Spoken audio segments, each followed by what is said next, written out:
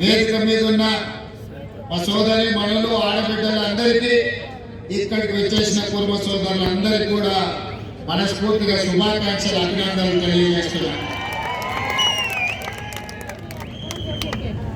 నేను చాలా సందర్భాలలో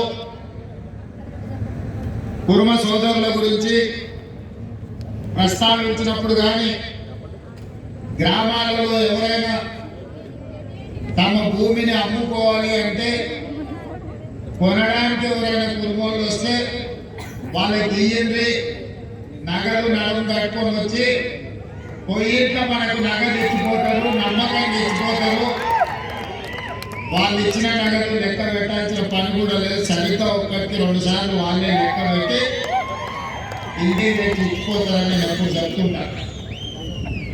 ఎందుకంటే మృదు స్వభావులు, సున్నిత మనస్కులు, ఎవరిని మనం ఎందుకు ఇబ్బంది పెట్టాలి, మన కష్టాన్ని మనం నమ్ముకోవాలి, మన చెమటని నమ్ముకొని అవసరమైతే 1 గంట ఎక్కువ పనిచేయాలి తప్ప ఎవరికి కష్టం నష్టం కలిగేదని ఒక మంచి స్వభావం కలిగిన సోదరులు కుర్మ సోదరులు. అలాంటి కుర్మ సోదరుల సామాజిక వర్గం నుంచి వచ్చిన దొడ్డి కోరయ్య ఒక గొప్ప పోరాట యోధుడు.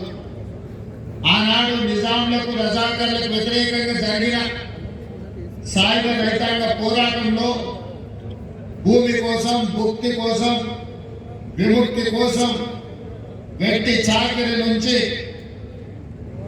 పీడిత తాడిత జనాలకు విముక్తి కలిగించడానికి ఆనాడు ముందు బాగానే నిలబడి సాయుధ రైతాంగ పోరాటాన్ని నడిపింది దొడ్డి కొమరయ్య గారని మనం ఈ సందర్భంగా గుర్తు చేసుకోవాలి.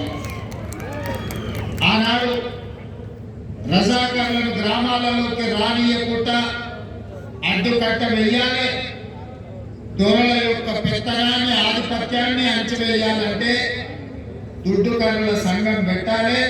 దుడ్డుకర్రల సంఘంతో ఆనాడు బడుగులను దళితులను కాపాడిన గొప్ప చరిత్ర, గొప్ప పోరాట యోధుడు దొడ్డి కొమరయ్య. వారి జ్ఞాపకార్థం ఒక భవనం కట్టుకొని వారి పోరాట స్ఫూర్తితో ఈనాడు సమాజంలో వచ్చిన మార్పును గమనించి మన తాతలు ముత్తాతలు వాళ్ళ తాతలు ఏవైతే గొర్రెలు బర్రెలు చేపలు పట్టుకుంటే బలహీన వర్గాలు బతికిందో రేపటి భవిష్యత్ తరాలు కూడా గొర్రెల బర్రెల చుట్టూ తిరగకుండా వాళ్ళు పీజీలు పిహెచ్డీలు చదివి డాక్టర్లు లాయర్లుగా ఎదిగి ఐఏఎస్ ఐపీఎస్లుగా మారి ఈ తెలంగాణ పునర్నిర్మాణంలో భాగస్వాములు కావాలి అని ప్రభుత్వం కోరుకుంటుంది, ఆశిస్తుంది. తప్పకుండా ఈ ప్రాంగణం ఒక విద్యా వేదిక కావాలి. మన భవిష్యత్ తరాలకు ఇక్కడ నుంచి విజ్ఞానం పంచాలి. డాక్టర్ బాబాసాహెబ్ అంబేద్కర్ చదువే మనకు అన్నిటినీ తెచ్చిపెడుతుంది. చదువు ఒక విజ్ఞానం, తద్వారా ప్రపంచాన్ని మనం శాసించవచ్చు అనేది ఆలోచన ఉందో ఈ రోజు మా కుటుంబ సోదరులకు చదువుకోవడానికి అవసరమైన అన్ని ఏర్పాట్లను రాష్ట్ర ప్రభుత్వం అందిస్తుంది అని చెప్పి నేను వేదిక నుంచి చెప్పదలుచుకున్నాను. అదేవిధంగా ఈరోజు డైట్ ఛార్జెస్ కానీ కాస్మెటిక్ ఛార్జెస్ కానీ పెంచి డైట్ ఛార్జెస్ దాదాపుగా 10 ఏళ్ల నుంచి పేదల పిల్లలు బీసీ ఎస్సీ ఎస్టీ మైనారిటీ హాస్టళ్లలో ఎక్కడైతే చదువుకుంటున్నారో చదువుకునే విద్యార్థులకు డైట్ ఛార్జెస్ పెంచాలి అంటే 10 ఏళ్ల నుంచి గత పాలకులకు మనసు రాలే. కానీ రాష్ట్ర ప్రభుత్వం మమ్మల్ని షబీర్ గారిని మాజీ మంత్రివర్యుల్ని ప్రభుత్వ సలహాదారులుగా నియమించుకున్న తర్వాత వారి ఆలోచన మేరకు ఇవాళ డైట్ ఛార్జెస్ మనం 40% పెంచినాం. కాస్మెటిక్ ఛార్జెస్ 200% పైగా పేదలకి ఈరోజు పెంచినాం. ఇవాళ వాళ్ళకి మంచి భోజనం పెట్టాలి, నాణ్యమైన విద్యను అందించాలి అని చెప్పి ఇవాళ మన ప్రభుత్వం ప్రయత్నం చేస్తుంది. ఇదే కాదు, నిన్న మనం జరిగిన రైతు రుణమాఫీలో అత్యధికంగా బలహీన వర్గాలకే న్యాయం జరిగింది. ఇవాళ 500 రూపాయల బోనస్ ఇస్తున్నాము అని అంటే వ్యవసాయం చేసుకుంటున్న బలహీన వర్గాలకే అత్యధికంగా న్యాయం జరిగింది.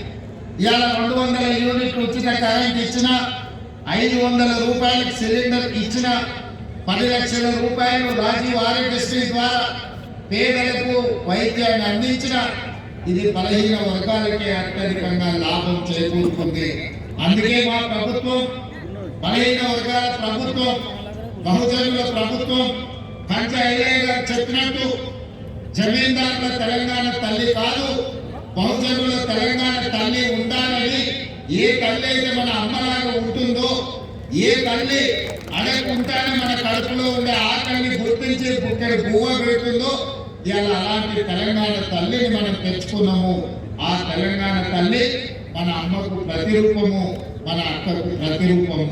ఒక పక్కన వరి, సజ్జలు, జొన్నలు, మొక్కజొన్న తెలంగాణ ప్రాంతంలో పండించే పంటతో పాటు నా బిడ్డలు చల్లగా ఉండాలి, నా బిడ్డలు శాశ్వతంగా అభివృద్ధి పదం వైపు నడవాలి అని ఆశీర్వదించే తెలంగాణ తల్లి ఈరోజు తెలంగాణ సమాజం ప్రతిష్ఠించుకుంది. అందుకే ఈరోజు తెలంగాణ అభివృద్ధి పదం వైపు నడుస్తుంది. అన్నిటికంటే ముఖ్యంగా కులగణన. ఈరోజు తెలంగాణ సమాజంలో తెలంగాణ ఈ దేశానికి ఆదర్శంగా ఉండే విధంగా జరగబోయే జనాభా లెక్కలలో కులగణను చేర్చాలని డిమాండ్తో దేశానికి ఆదర్శంగా ఉండే విధంగా ఈరోజు తెలంగాణ రాష్ట్ర ప్రభుత్వం కులగణన చేపడుతుంది. దాదాపుగా 98% కులగణన పూర్తి అయ్యింది. ఇంకొక 2% ఉంది.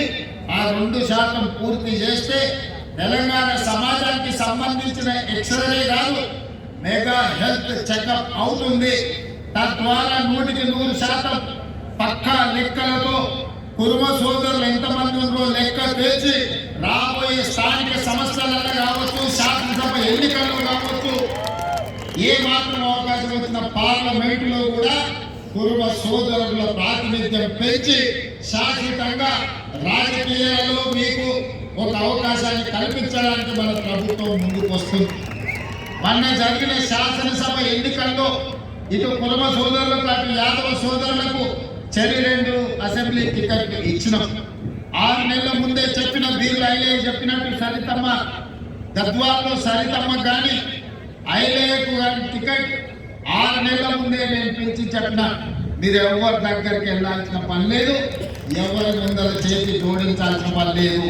మీ టికెట్ మీ ఇంటికి వస్తుంది, ప్రజలలో ఉండండి, ప్రజలతో మమేకం అవ్వండి అని.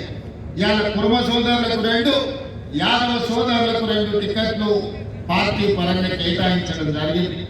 కానీ మా సరితమ్మ అతి తక్కువ మార్జిన్తో ఈరోజు ఓడిపోయింది. గెలిపించుకుంటే బాగుండేది. నేను కుర్మ సోదరులకు నా సూచన ఒక్కటే, ఎవరికి మీ వాళ్ళకి అవకాశం వచ్చినా మీరందరూ కలిసికట్టుగా ఉండి గెలిపించుకున్నప్పుడే మీ ఉనికి, మీ మనుగడ కొనసాగుతుంది. ఏ రాజకీయ పార్టీ అయినా మీకు టికెట్ ఇస్తుంది.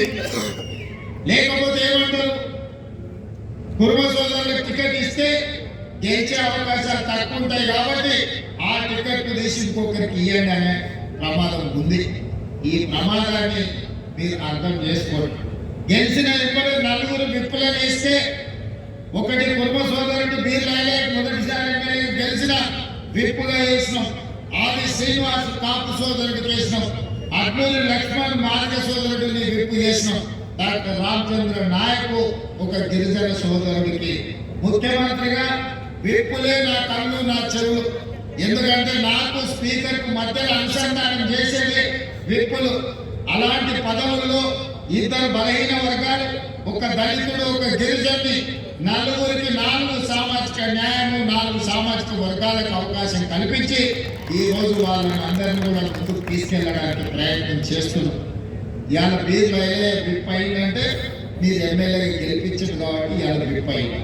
ఇవాళ విప్ అయింది కాబట్టి ఈ ప్రభుత్వాన్ని మొత్తం దొడ్డి కొమరే భవన్ దగ్గరికి ఎక్కే మల్లేశ్వర ఎమ్మెల్సీగా ఉన్నాడు, వీళ్ళు ఎమ్మెల్యే ఉన్నాడు కాబట్టి ఇవాళ వేలాది మంది మీరు రావడం కాదు, రాష్ట్ర ప్రభుత్వాన్ని మొత్తం దొడ్డి కొమరే ప్రాంగణానికి తీసుకొచ్చి మీ సమస్యలను మా దృష్టికి, ప్రభుత్వం నుంచి మీ సమస్యలను పరిష్కరించడానికి ప్రయత్నం చేస్తున్నారు.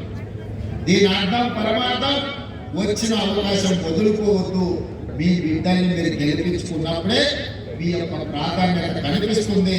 రాజకీయ పార్టీలు మీకు గౌరవం ఇస్తాయి, మీకు అవకాశాలు వస్తాయి. అట్లా మీరు చేసుకోకపోతే మీకు మీరే నష్టాన్ని తెచ్చుకున్న వాళ్ళైతే.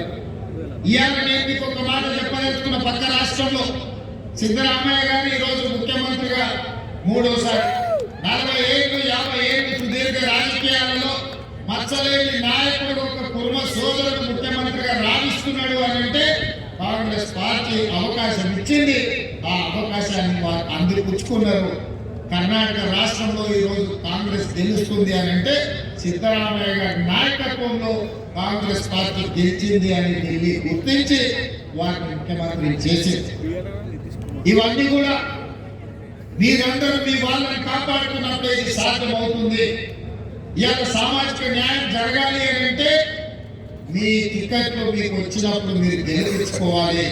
కొన్నిసార్లు కొన్ని ఇబ్బందులు ఉంటాయి, మనం రకరకాల వేరే వేరే పార్టీలలో ఉంటాం. కానీ ఓ సందర్భం వచ్చినప్పుడు మన సమాజాన్ని మన సంఘాన్ని గెలిపించుకోవాలంటే మనం అందరం కూడా ఏకం కావాల్సిన అవసరం ఉంటుంది. అవకాశాలు వచ్చే వాళ్ళు ఎక్కడున్నా నడుస్తారు, వర్గాలుగా విడిపోయినా నడుస్తారు. ఎక్కడున్న వాళ్ళ కొమ్ము గెలిస్తే వాళ్ళు ఒకరికి ఉండాల్సిన పనులే. లేక అవకాశం వస్తే మీరందరూ ఒక్కరికి ఉండాలి, ఒక్క పక్కన ఉండాలి. ఆ వచ్చిన అవకాశాన్ని అందిపుచ్చుకోవాలి. అప్పుడే మీరు సమాజంలో మనుగడ సాధించగలుగుతారు. అందుకే మిత్రులారా, ఇవాళ ఎక్కడ మల్లేశ్వర్ గారు చాలా విషయాలు అన్ని అటు కూడితే తీస్తే ఎక్కడైతే 10 కోట్ల కూడా వచ్చేటట్లు. మీరు ఎంత అమాయకులు దీన్ని బట్టి అర్థం చేసుకోవాలి. 8,000 మంది వచ్చారో 10 కోట్లు కూడా అడగలే. మీరు అడిగింది ఏది? ఈ ప్రభుత్వం కాదనదు, ఈ ప్రభుత్వం మీది. ఎక్కడ మల్లేశ్వర్ నాకు మంచి మిత్రుడు, వీళ్ళైనా మంచి కాంగ్రెస్ పార్టీ నమ్మకమైన నాయకుడు. తప్పకుండా మీ ఏవేవైతే అంశాలు నా దృష్టికి తీసుకొచ్చిందో వాటన్నిటినీ మీకు ఇవ్వడమే కాకుండా ఇంకా భవిష్యత్తులో రాజకీయంగా ఆర్థికంగా సంక్షేమ పథకాలలో మీ కోటా మీకు ఇచ్చే ప్రయత్నం చేస్తాం. తప్పకుండా దొడ్డి కొమరయ్య గారి పేరు శాశ్వతంగా ఈ తెలంగాణ సమాజంలో గుర్తుండిపోయే విధంగా ప్రభుత్వం చర్యలు తీసుకుంటుంది. గతంలో రవీంద్ర భారతిలో కార్యక్రమంలో కంచె అయ్యే గారి సూచన మేరకే పెట్టడం జరిగింది. వారు ఈ రోజు ఏదైతే అంశాన్ని గుర్తు చేసిందో తప్పకుండా రాష్ట్ర ప్రభుత్వం ఆలోచన చేస్తుంది. సహచర మంత్రివర్గ సభ్యులతో మాట్లాడి దొడ్డి కొమరయ్య గారి పేరు ఈ తెలంగాణ రాష్ట్రంలో గుర్తుండిపోయే విధంగా కార్యక్రమం తీసుకుంటుందని మీ అందరికీ ఆలస్యమైన వేలాది మంది ఇక్కడికి వచ్చేసి కుటుంబ సోదరులు వాళ్ళ అభిమానాన్ని చాటుకున్నందుకు శాశ్వతంగా మీ అభివృద్ధి కార్యక్రమాలకి ప్రభుత్వం అండగా నిలబడుతుందని తెలియజేస్తూ మీ అందరి దగ్గర సెలవు తీసుకుంటున్న మిత్రులారా ధన్యవాదాలు.